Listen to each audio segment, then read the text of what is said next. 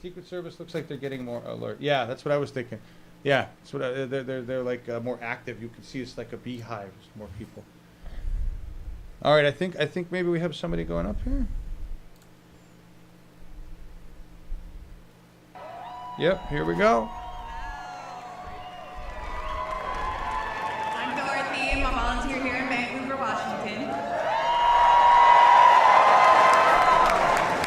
In 1999, I volunteered to serve my country like my father and his father before him. I deployed to Iraq.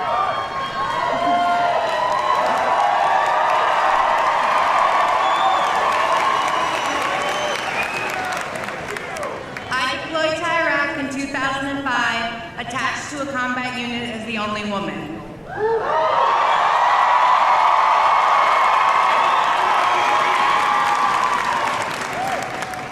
At that time, women were not allowed to serve in combat roles, but because my maintenance team was attached rather than assigned, my day-to-day could include leading combat patrols, participating in raids, taking cover from mortars and RPGs, manning the 50 cal, guarding the base against attack, being on the lookout for telltale signs of IEDs, searching vehicles, and losing my brothers. Serving in the war zone taught me what to look for in a leader because my life often depended on it. I learned to look for strength and compassion. I learned to look for selfless service and integrity. I learned the courage to do what's right in the face of opposition and the ability to motivate others to strive to be their best.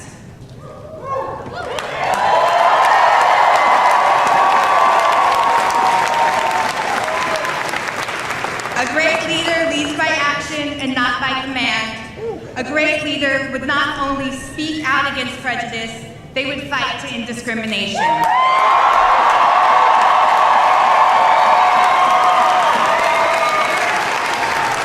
They would take a stand against those who would prey on the most vulnerable. They would not be complacent when faced with a war of contrivance. They would fight against a war that has no purpose, that could go on to claim the lives of the daughters, sons, soldiers, and civilians.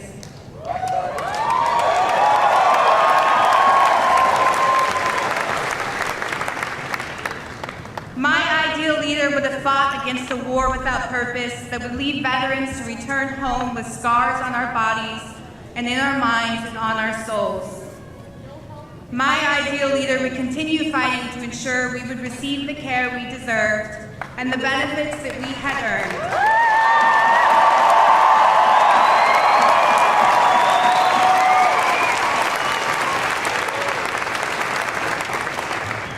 My ideal leader is Bernie Sanders.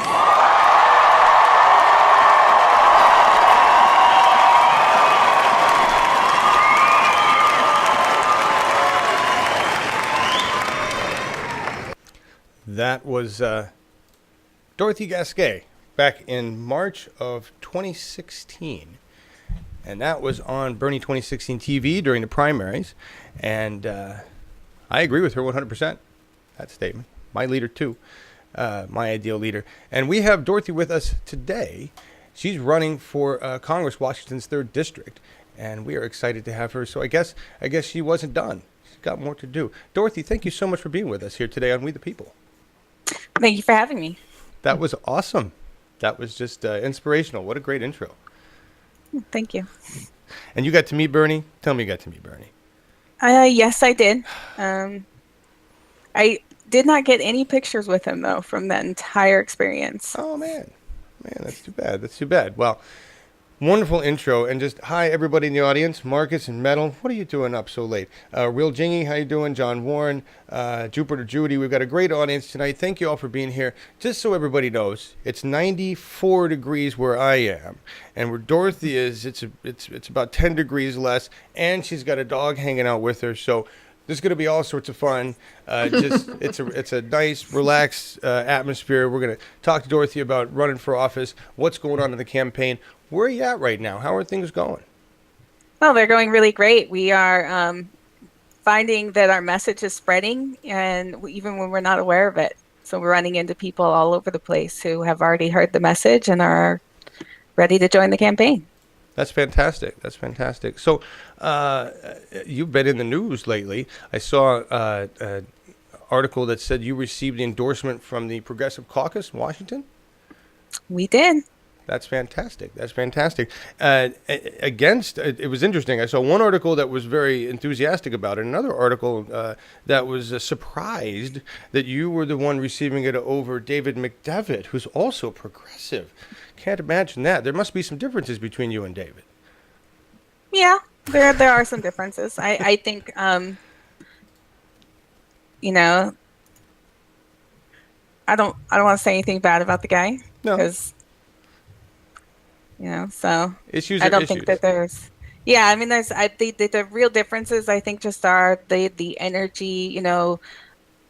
Our campaign brings back together the Bernie team that helped get us, you know, 80.8% of the vote here in Clark County, or in the 3rd Congressional District. Nice. In the caucus. So, you know, we're just bringing back together that team.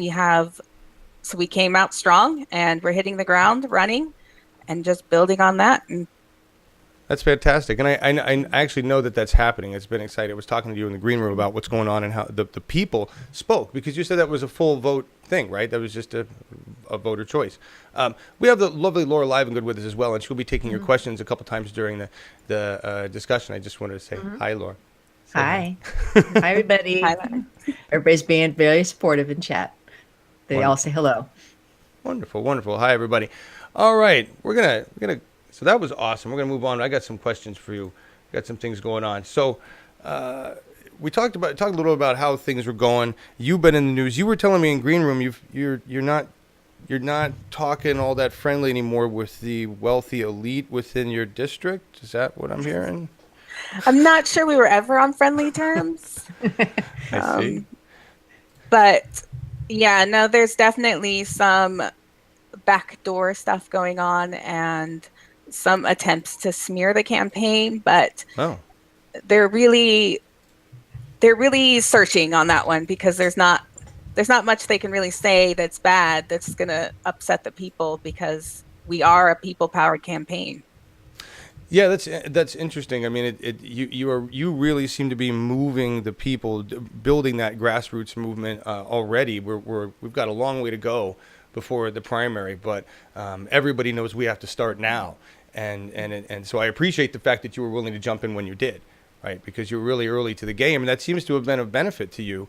And you know, David, just to get into your opponent first in the primary is going to be the David McDevitt, who seems to have a lot of cash on hand already, and seems to think that what he needs to do is get name recognition in order to win. And it sounds to me like if you've already got the endorsement of the Progressive Caucus, you're ahead of him in terms of name recognition. You know. Yeah, I mean, he had his name on the ballot last time, and that's going to be an advantage to him.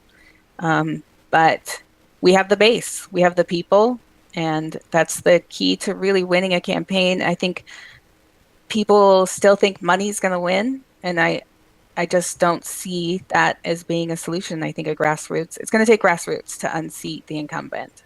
Absolutely. And it will take money as well. I mean, you can't run this campaign without it. No. The difference is where that money is going to come from, I really think, right? I mean, that's what you're looking for, is a people-powered and funded campaign, right? Let's talk about other endorsements. We're in the agreement, we're talking about this. Mm-hmm. You're in communication with other groups, but we can't really say who and what until all the things are worked out, right? Okay. So there are other endorsements on the way. Probably. Yeah, we're working on a couple of bigger endorsements. Although we're super proud of the Washington State Progressive Caucus endorsement. The Progressive Caucus is really powerful in the Washington State Democratic Party. And just the fact that they had the option to dual endorse and they chose not to. They chose to do a sole endorsement. Oh, that's interesting. I didn't even realize that. They could have done a dual endorsement. Wow. Mm-hmm. Here's the article from the Reflector, which was rather nice about it, just saying, she received it, and David McDevitt did not get it.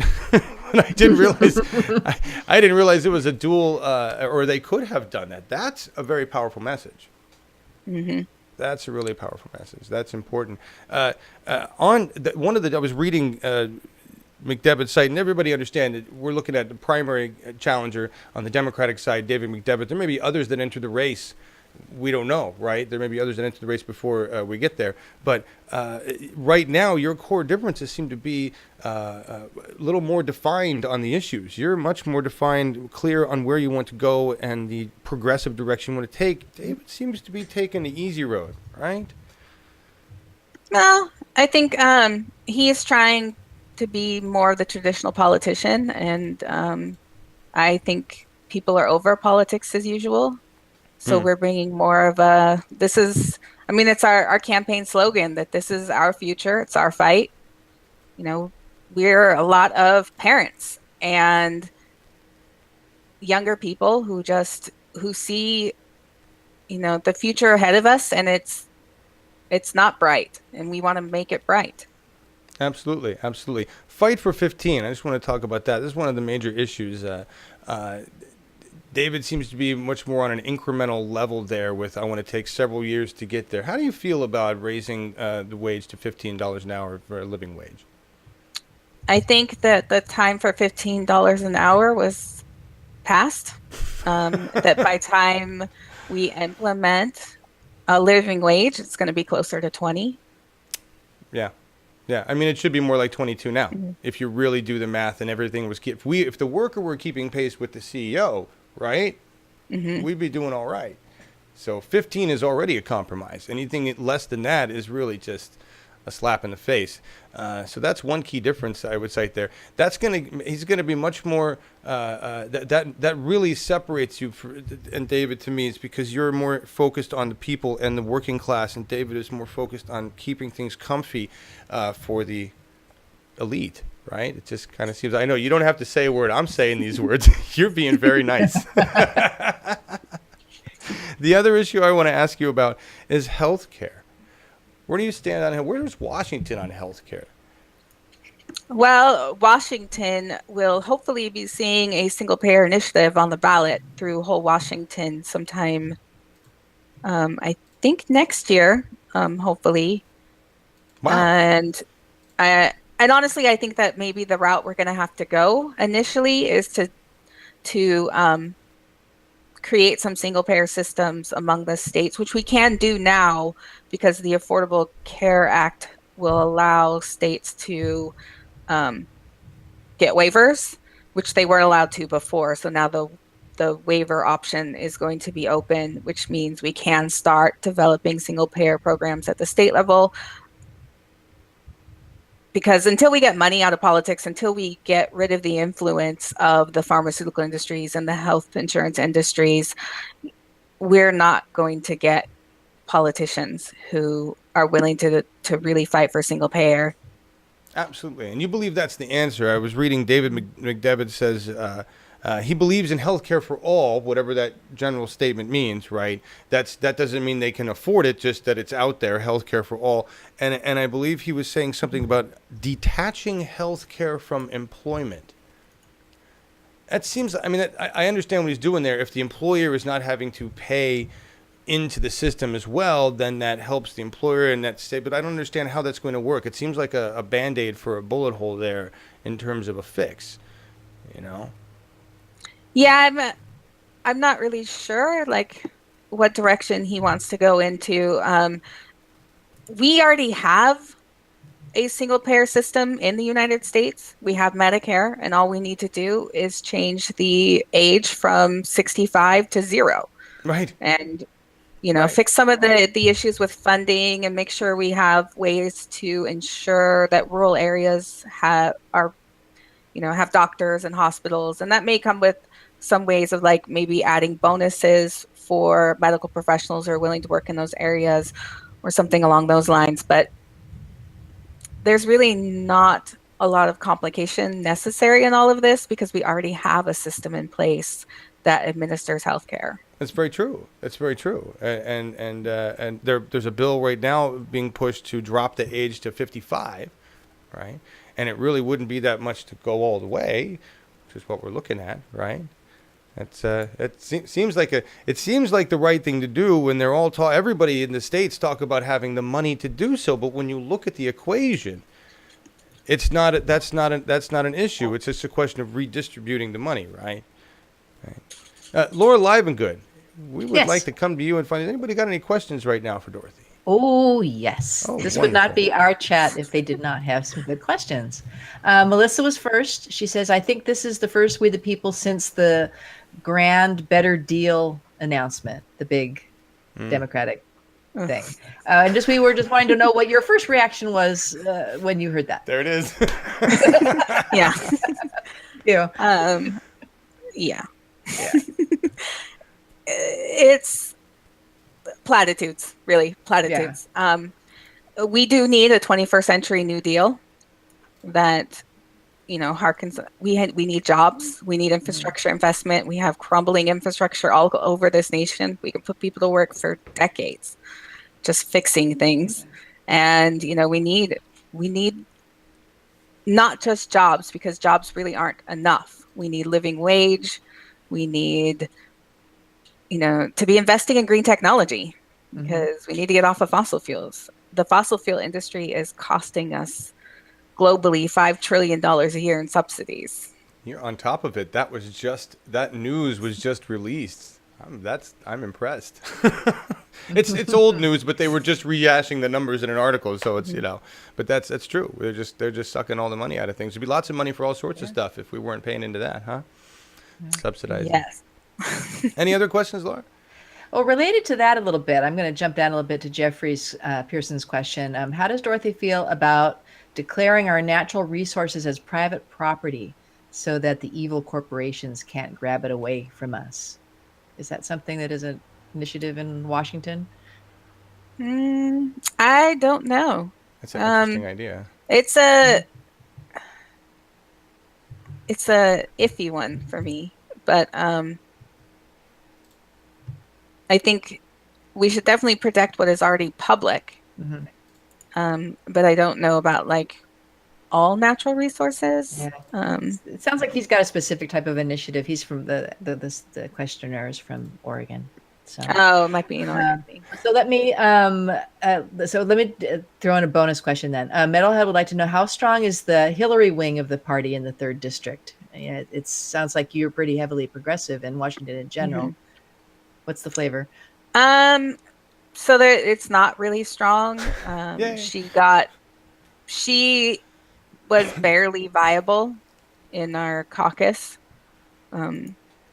So most of the people here were really gung-ho for Bernie, but we worked really hard starting in 2015 to really educate people, talk about Bernie, and get people on board and bring people into the party. I mean, we took over the party statewide. And even in the 3rd congressional district, we took a lot of state committee positions and a lot of other e-board positions in order to, strengthen the progressive political power here. That's important. I want to stop for a couple of things. First of all, Jeffrey Pearson, if you can explain to us in chat what you're talking about, I'm very interested in the initiative, because I know that you're a guy who's about saving the land. So, but it sounds that what you said sounds wrong. So you got to explain that. It's Jilly Love. I will be asking that question. I just want to go there, and I want everybody out there to hear what Dorothy just said.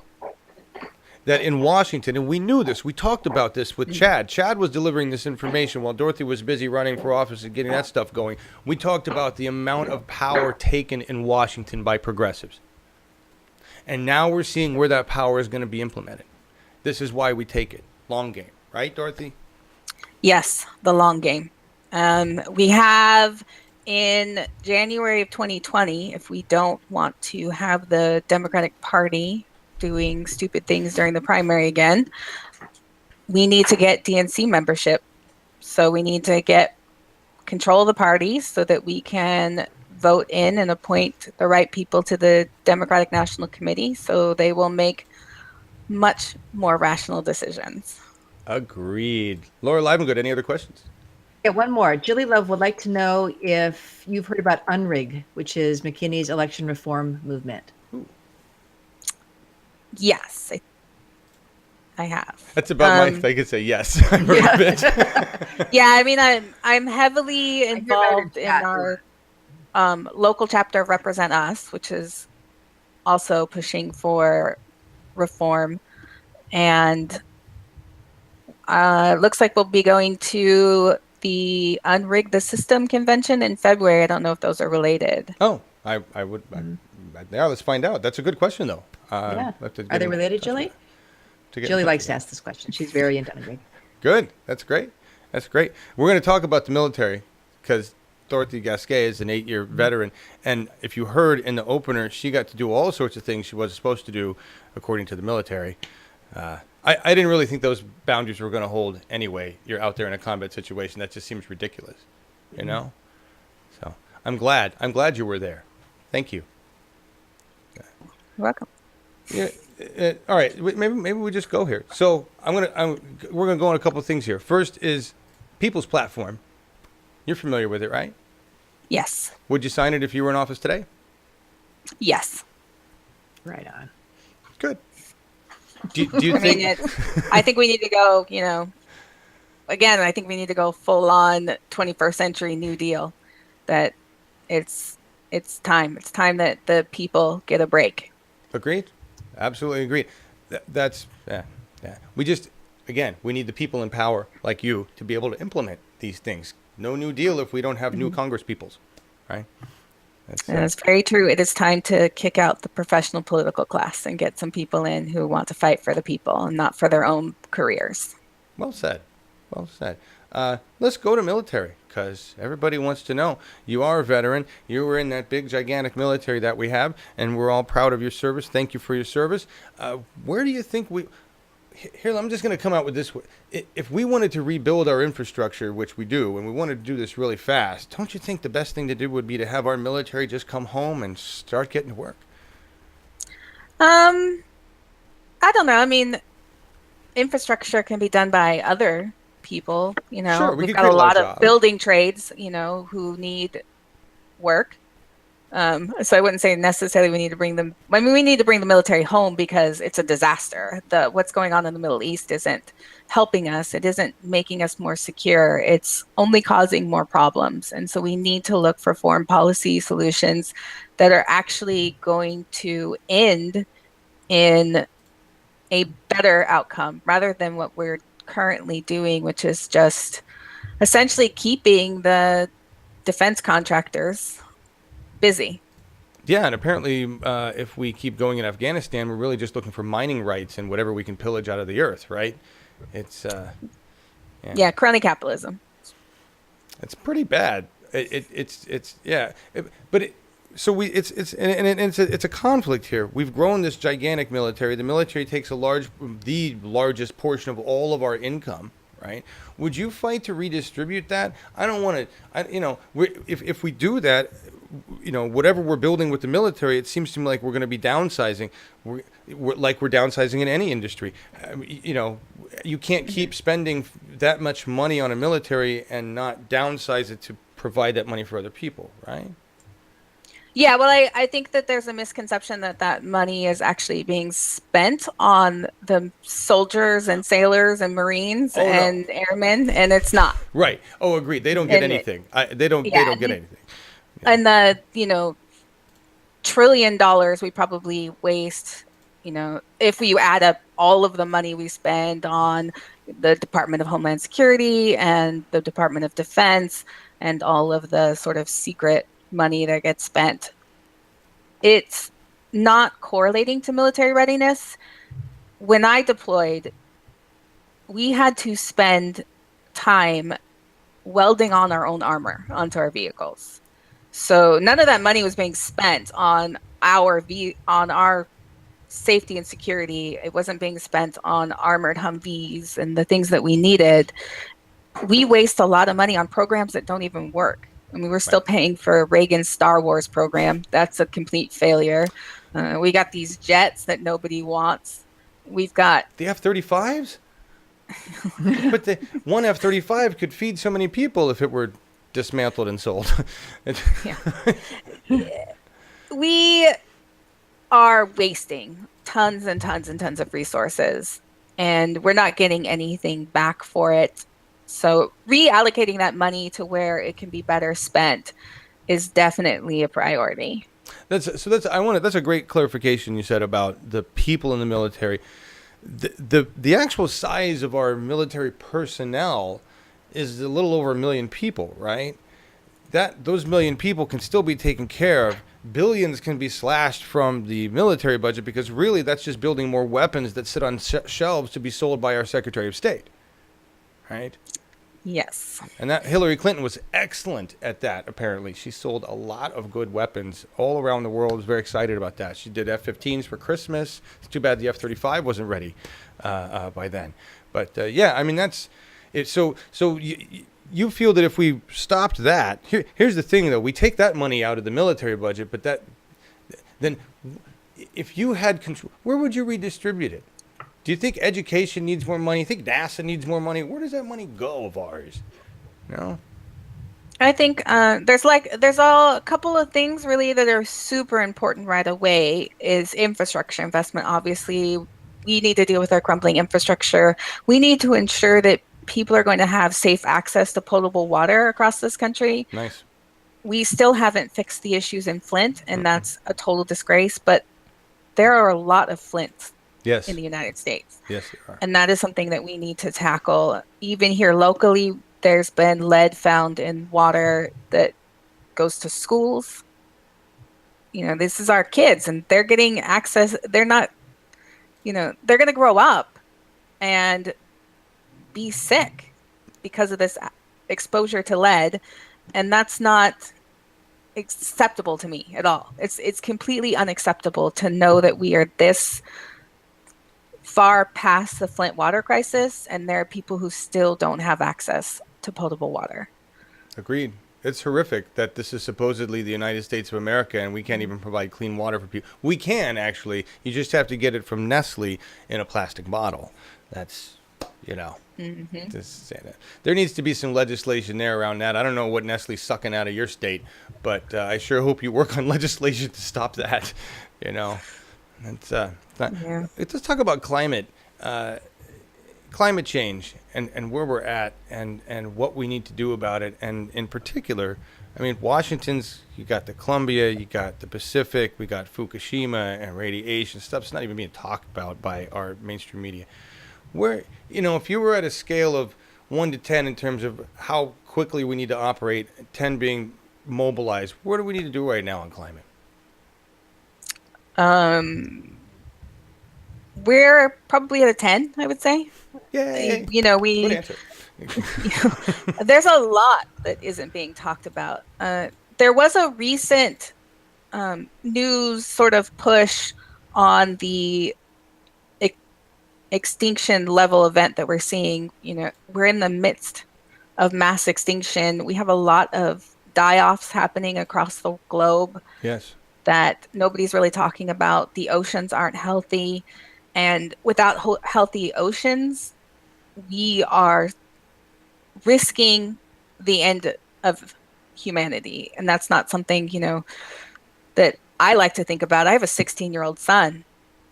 And to think that he's going to struggle in the future because we can't get our act together and work on what's really important, it breaks my heart. And it breaks my heart to think of all the people who are already suffering that we're not really talking about. These people who live on island nations who are already struggling with the sea level rising, are fishermen, who rely on the fisheries that are struggling with the acidification of the ocean.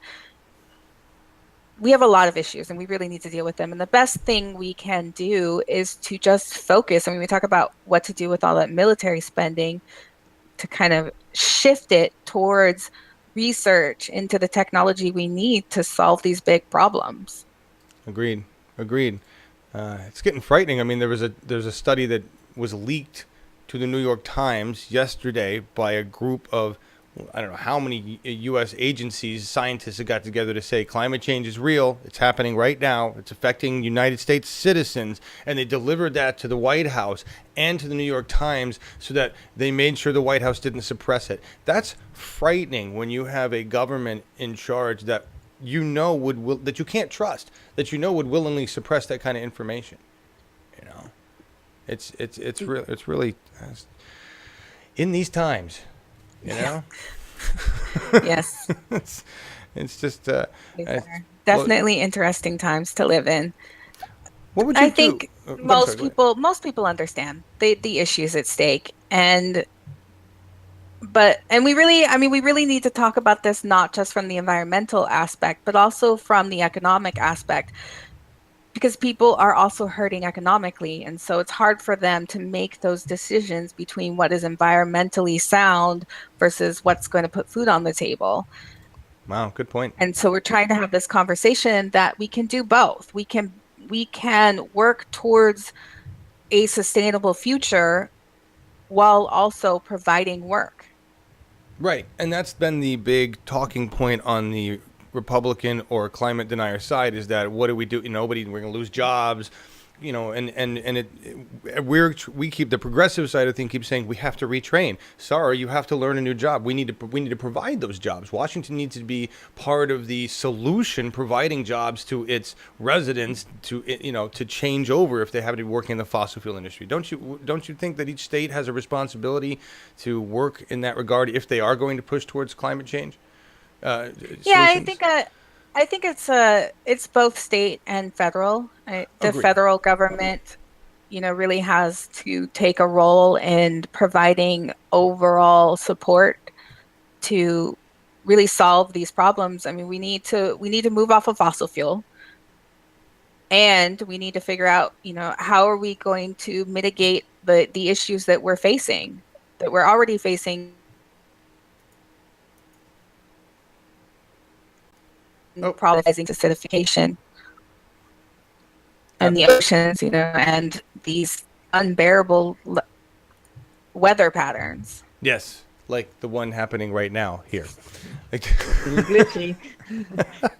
That's yes. It's interesting. You brought up. I want to just talk about fossil fuels, because the biggest user of fossil fuels is the military, outside of consumer transport, right? I mean, so that everything seems to be tied together. If we, in order for us to reduce our fossil fuel footprint, we have to shift. And even the military has stated they need to shift, right? They know they need to shift. The military has identified climate change as a threat to the United States of America. You would think if Donnie was going to listen to anything, he'd listen to that. But he doesn't even listen to his advisors on what to say to other countries. So we're going to go there. It's pretty bad. Laura Livengood, we have any other questions from the chat? No, you've been doing a really good job of answering them just as they are getting asked. So nice. Good job, Dorothy. Hold on, let me see. No, you've been nailing it. So good job. Fantastic. I have this break the circle graphic. Are you familiar with this break the circle? Is this yours? Oh yes. I did post it to my Facebook, and you want to talk about this? I stirred up some stuff with that one. So tell us. Yeah, I mean, it's sort of this cycle that we get stuck into, that it's just a way to kind of stifle what we're trying to do, but it's not really an issue here in Washington State, because we've really kind of already worked our way in and said, this is our party. So thank you. We're really addressing here with the graphic is the third party conundrum, right? The why not do that?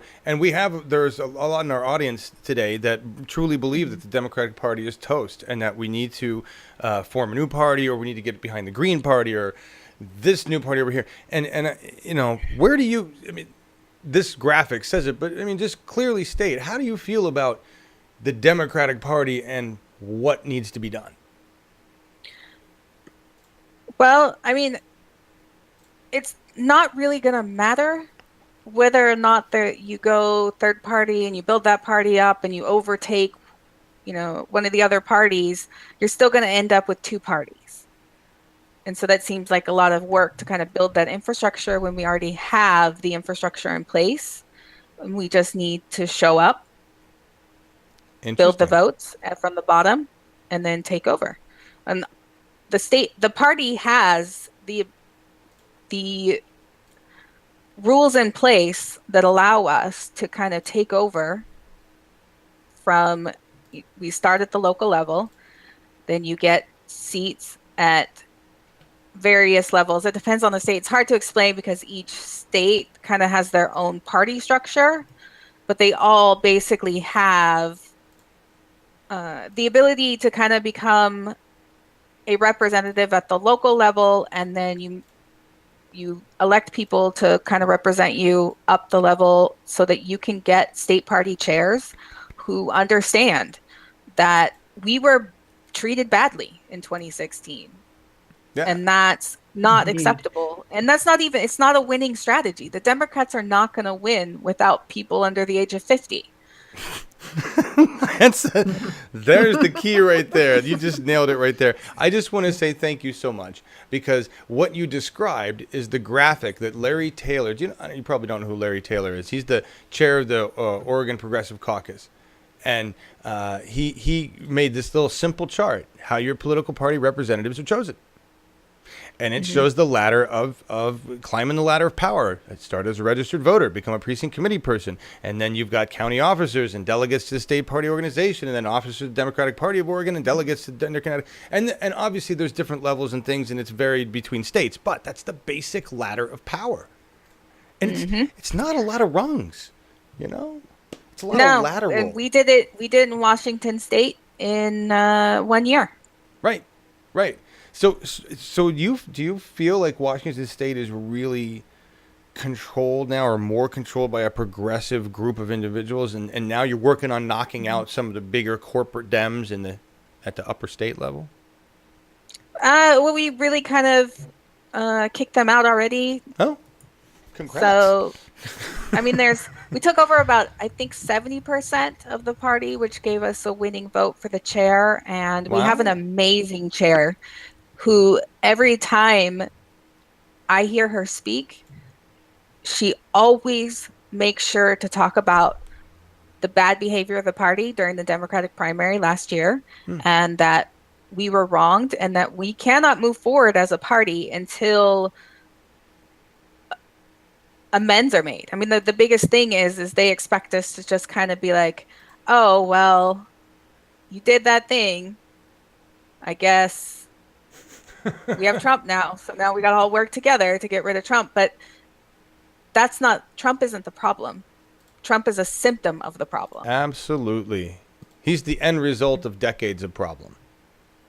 Right? I mean, that's what we get when we fall asleep at the wheel of our democracy, is Trump and Hillary, right? That's basically what our options were. It's terrible. And really, we struggled to understand that and grasp it and the loss, and now we're like, fine, we picked ourselves up, which is what the Republicans always tell us to do, pick us up by our own bootstraps, right? Even if you don't have boots, pull them straps up, and we're doing that. You're doing that. You're an example of that, and it's phenomenal. Thank you for. Gosh, it's just exciting. It's exciting when we get people on here and I hear them talking. I'm like, you're so much more literate than we hear out of anything coming out of the level of government now. That's exciting. And I want to ask you about a couple of things. Immigration. And I want to tie into immigration because to me, there's a little bit of back and forth. Immigration and the problem with police violence. All right? Just violence with federal and local law enforcement in general. Washington's definitely had some issues in that regard, especially as of late. First question is, what do we need to do for real with immigration, with these human beings that are not, there's no such thing as an illegal human being, right? And then what do we do about police violence in general? How do we de-escalate? 2 questions. All right. Well, immigration, we just need to streamline the system and make sure that it functions. And the more I talk to people who have struggled, I find out that they pay fees over and over and over again because, like, their checks will get cashed, but their paperwork would have been lost. Right. And then they have to reapply and pay the fee over again. And they're kind of pushed through the system, and there's a whole lot of issues with who's allowed in and who's not allowed in. And it's questionable, about how those decisions are made. Agreed. And I don't think, I'm not a person who feels like a person from one country is going to be better than a person from another country. I think that anybody is willing to come here and wants to be a part of who we are, and they're not going to come here and be bad. They want to come, they want to work hard, and they want to live the American dream. We all want to live the American dream. We're still looking for it. I was going to say, I think we need to rebuild that dream Yeah. on something a little different than military power, honestly. Yes. But And then, and so just kind of streamlining the system, make sure it functions, make it affordable. Yeah, and because make it's costly. It's ridiculous, the Yeah. cost of, in other words, if you can't afford it, that's our filter, right? Yes. In many Yes. ways. And that seems horrible. So I guess where I'm going with the base question is, do you believe there should be a clear path to citizenship for everybody that's here right now and working regardless of their papers or not, right? Yeah, that would be the best way to do things.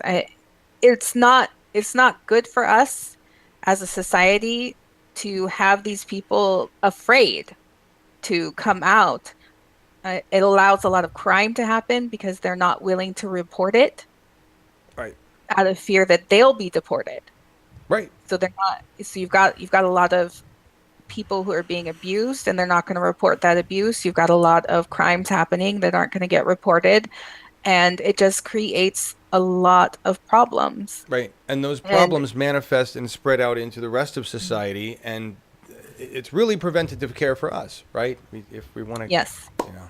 Preventative care, and it means that those people will earn the same wages as everybody else, so that we don't have to worry about people being paid sub wages and under the table. Absolutely. Which so much shift will need to happen, including in the agriculture industry, which is getting decimated right now because there's nobody there to pick those crops, and the elites are going to have to pay more at the shopping store for their stuff. We got a lot of change to make. Good answers on that, Dorothy. I appreciate that. Oh, and the police violence. Police violence, too. Yes, that is a major issue. We really need to look at what's happening and figure out, first, dealing with the underlying issues of bias. So people being targeted for the color of their skin. That's a major problem. And I think teaching police officers to recognize their own biases is probably necessary in this case. We're not going to be able to eliminate them altogether, but I think teaching them to recognize when they're making a decision based on skin color rather than on an actual criminal event about someone being suspicious. And then there's just the general use of deadly force when that completely violates the Constitution. So we need to find ways to deal with these problems without resorting to deadly force, because people have a right to due process. And when you execute them on the spot, then you're denying them that due process. That basically sums it up. It seems like a lot of police officers have become executioners just because. And I, as much as, and you probably haven't heard me on the morning show, but I do have a big issue with police just because of my own past and what I see and what I would like to hold police to standards. But my thing is, here's my thing. If you look around the world at other countries, they train their police officers extensively. Like, it takes 3 years to be a cop in Germany. 3 years. It takes, I think it's 6 weeks to be a cop in some places. It's like, 6 weeks, 3 years. There's a lot of mental evaluation and training on how to handle a situation with your words and your brain, and not just pull out your 9mm and put some holes in a guy, right? I mean, that's an investment in us. that we're not making, right? So what you're saying is you'd be willing to write legislation or work on improving our training facilities for police so that we can get them maybe a little less violent, a little more psychologist. Yes. Well, yes. I mean, they need to solve crimes. Right. That's what they should be doing. So ensuring that that's the goal of the law enforcement is to solve crimes and to arrest criminals, not to harass teenagers. And I agree. Protect and serve. I just want to see that. Protection and service. That's all. Sadly, we look at Seattle and comparatively to other parts of the country where racism is really much more rampant. I got to say, we're in a little better spot here. Can't say that much about Portland, though. We got some serious racial stuff going down here. I was surprised that the Rainbow City was the way it is. Oh, yes. My husband was actually wrongfully arrested in Portland in 2009. Really? Wow. We'll have to have you back on and talk about that. Talk about that story. That's really cool. We got down to the last 10 minutes here, and I want to ask you about net neutrality and mainstream media, and because obviously I run this little volunteer network here because the truth isn't getting out. What would you? Where do you see the issues there with media? What would you work on legislatively, state-wise, to maybe regulate them? The issue with the media is the issue we have with our economy and just in general. It's that we have these lack of competition, right? There's like 5 corporations that own like 90% of the media. And so without that competition, they can work together in order to shape the narrative. So we have this corporate control of the media. And so the narrative we get is the corporate narrative. And that's really the issue. I mean, and the solution it's to break them up. So you'd pull an AT&T breakup on the big conglomerate media, which really means destroying the Telecommunications Act of 1996. Yes. The Telecommunications Act of 1996 was one of the bigger corporate cronyism that sort of started in the 80s and just has been going on, where they're just slowly sort of taking control of the things that they shouldn't have control of. We negotiated the digital airways, and instead of keeping the rules in place that require the news to be a loss to the corporations, now they could profit off of the news, and so the news became corporatized. And we don't have, and they basically get to use the airways, which belong to the public, for free. Well, they claim that they laid the cable, so it's the cable now, but I am with you 100%. Well, they still broadcast. I mean, it was supposed to be the broadcast news was supposed to be information, and that was part of the negotiation for the use of the airways. And so when they switched to the digital airways, they got rid of that, and that's how we have the problems that we have now. Yeah. Would you write to legislation to put the fairness doctrine back in place and make news actually be accountable and take the football spectacle away from our political? I want political information to be broadcast by public stations. It shouldn't be on CNN, Wouldn't that be nice? Yeah. That the fact that we can't even like watch a lot of the presidential debates without having access to cable is I find that to be a big problem. Yeah. I don't understand why anyone would think that's acceptable.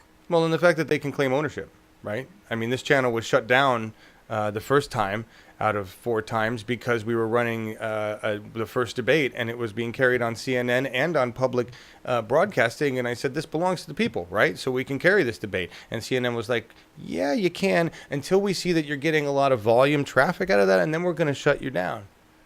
Which is that's when they can claim ownership of our political content, then political speech is no longer the most protected speech in the land, which It used to be according to the Constitution.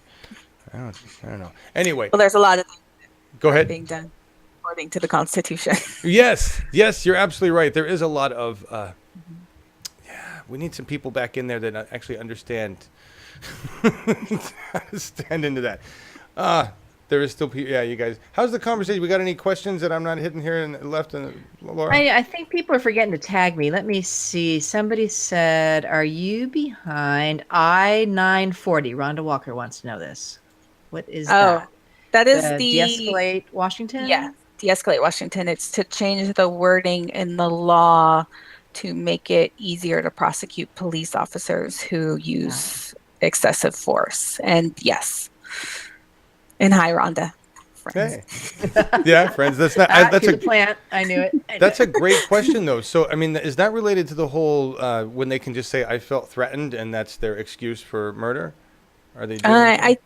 I think so. I'm not totally familiar with the change in the wording. It's but I'm pretty sure. Yeah, it's so that it's easier, so they can't claim as easily that they were threatened or that they have the right to use whatever force necessary, I think is what's written into the law that makes it so they can just say, "Oh, I felt threatened." That's fantastic. And that's fantastic. I mean, I agree. I you know, there needs to be something there. It can't just be a blank check, you know.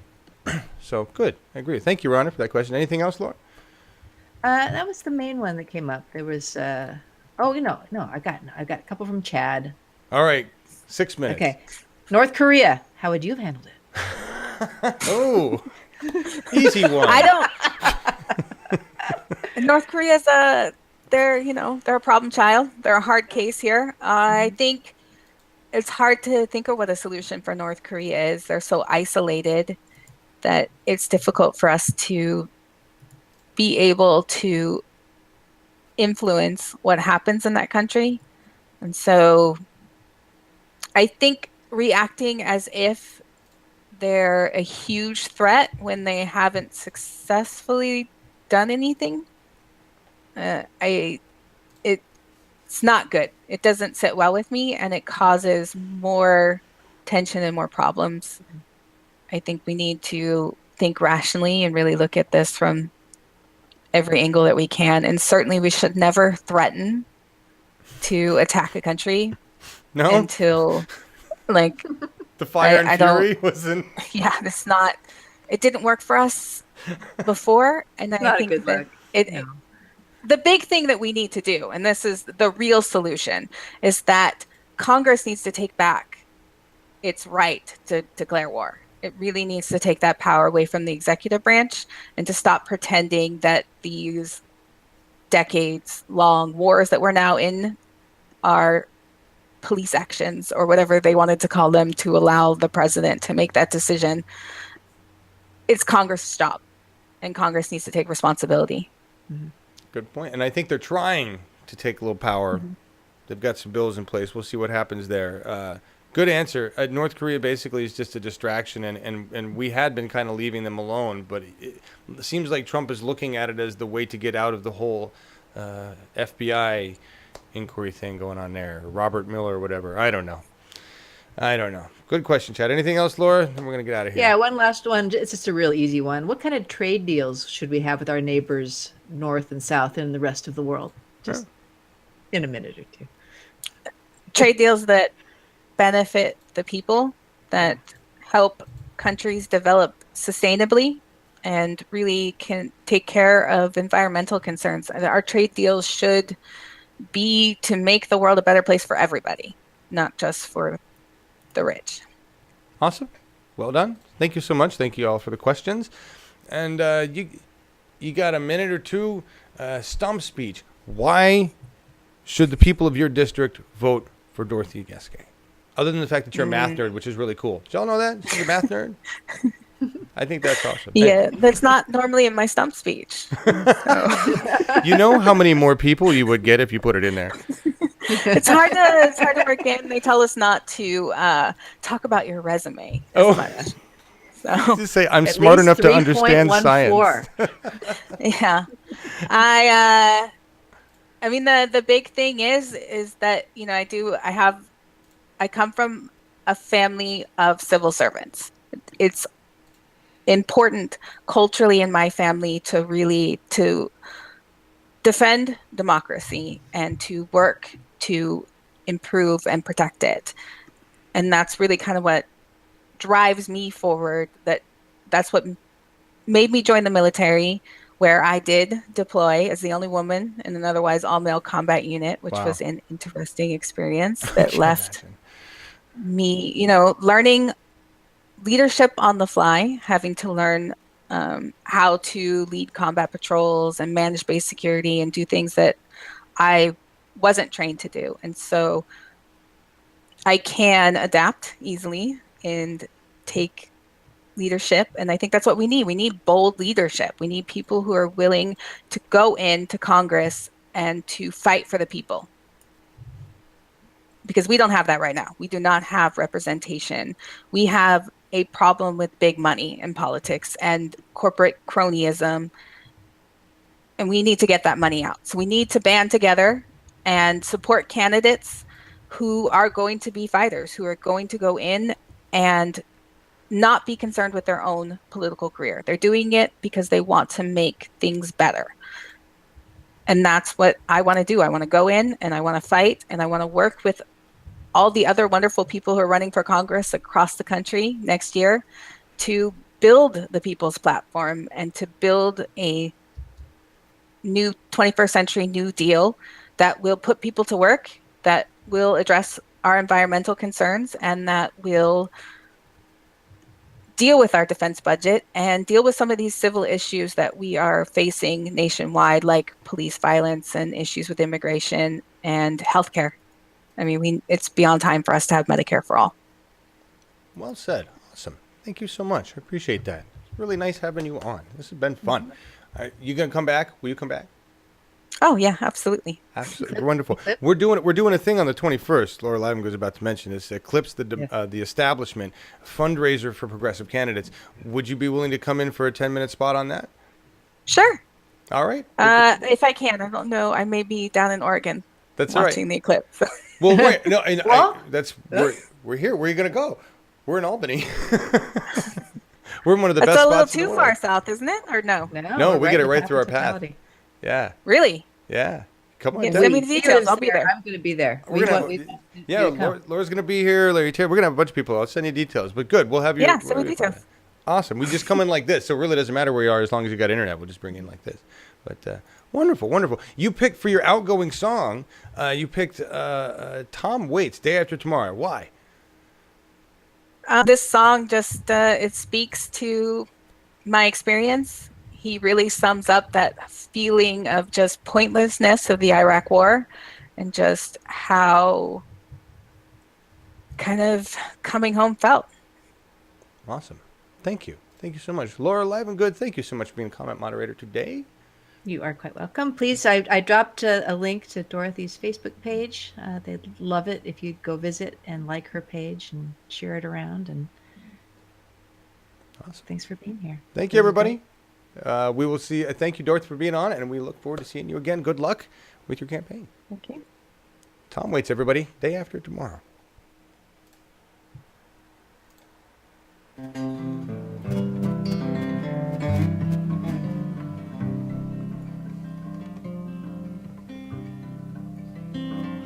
I got your letter today,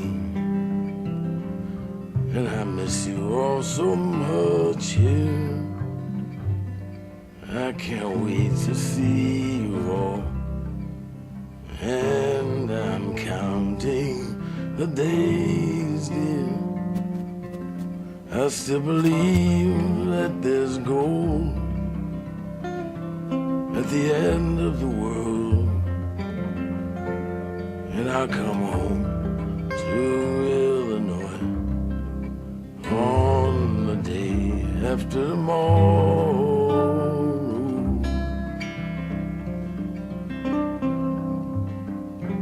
It is so hard and it's cold here, and I'm tired of taking orders, and I miss old Rockford town up by the Wisconsin border.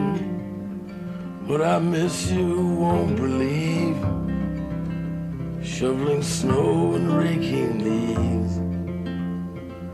And my plane will touch down on the day after tomorrow.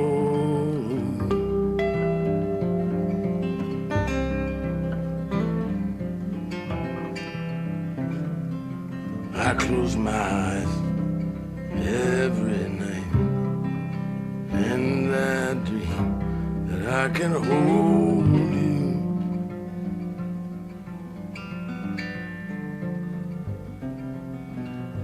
They fill us full of lies everyone buys about what it means to be a soldier. I still don't know how I'm supposed to feel about all the blood that's been spilled. Will God on his throne get me back home on the day after tomorrow?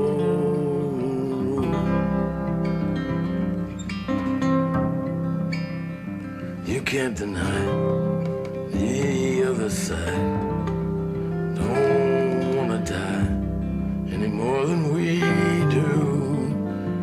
What I'm trying to say is, don't they pray to the same God that we do? Tell me, how does God choose? Whose prayers does he refuse? Who turns the wheel? Who throws the dice on the day after tomorrow?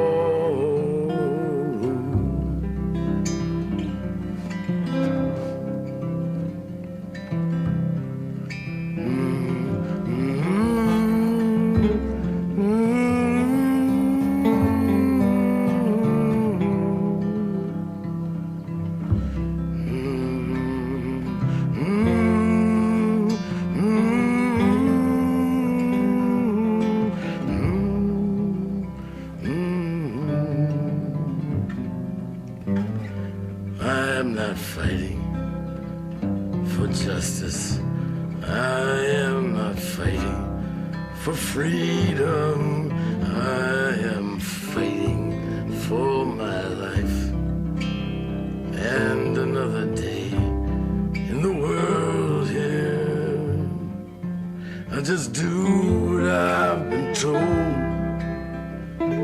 We're just the gravel on the road, and only the lucky ones come home on the day after tomorrow.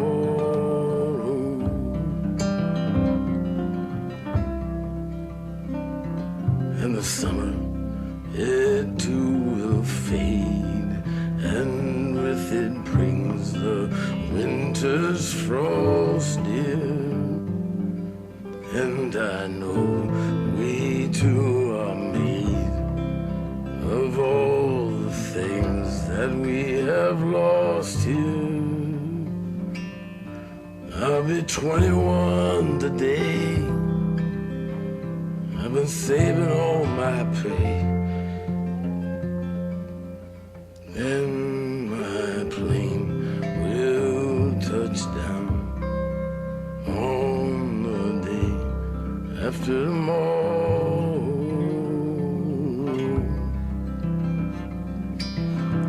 And my plane, it will touch down on the day after tomorrow.